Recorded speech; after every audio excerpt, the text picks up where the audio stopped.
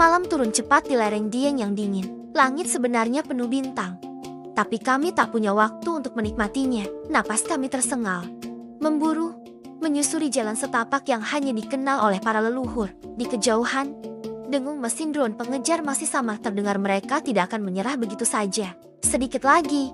Nif, bertahanlah, kata Tavindra. Tangannya menarikku melewati rumpun pakis dan bebatuan yang licin. Aku nyaris jatuh. Tapi ia dengan sigap menahan tubuhku, memelukku sejenak agar tidak tergelincir. Jantungku berdebar kencang. Bukan hanya karena ketakutan dikejar, tapi juga karena dia. Kami akhirnya menemukan tempat berlindung di balik batu besar.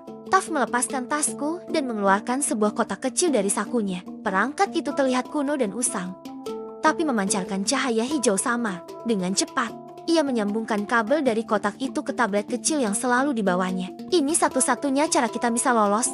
Aku harus meretas langsung sistem navigasi drone mereka. Aku menatapnya dengan ragu. Apa itu mungkin? Teknologi mereka terlalu canggih. Tav menoleh.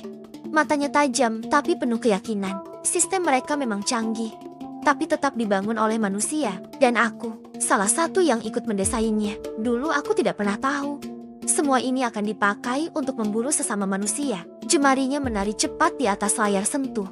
Baris-baris kode muncul, seperti mantra digital yang ia hafal di luar kepala. Di layar satunya, posisi drone yang terus mendekat terlihat jelas.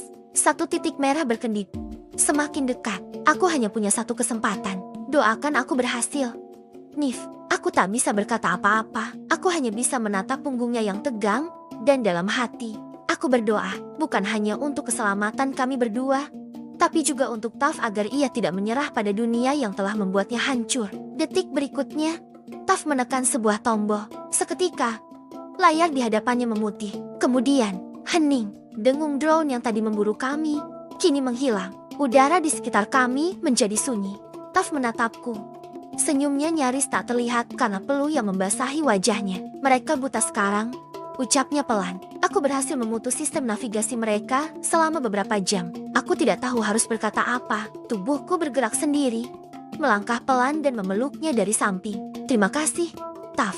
Dia tidak menjawab, tapi aku bisa merasakan jantungnya berdetak sama kencangnya seperti jantungku. Dan saat itulah, untuk pertama kalinya sejak semua kekacauan ini dimulai, aku merasa percaya pada seseorang. Percaya pada Tavindra, dan percaya pada detak rasa yang tumbuh diam-diam di tengah dunia yang terus mencoba menghancurkan kami.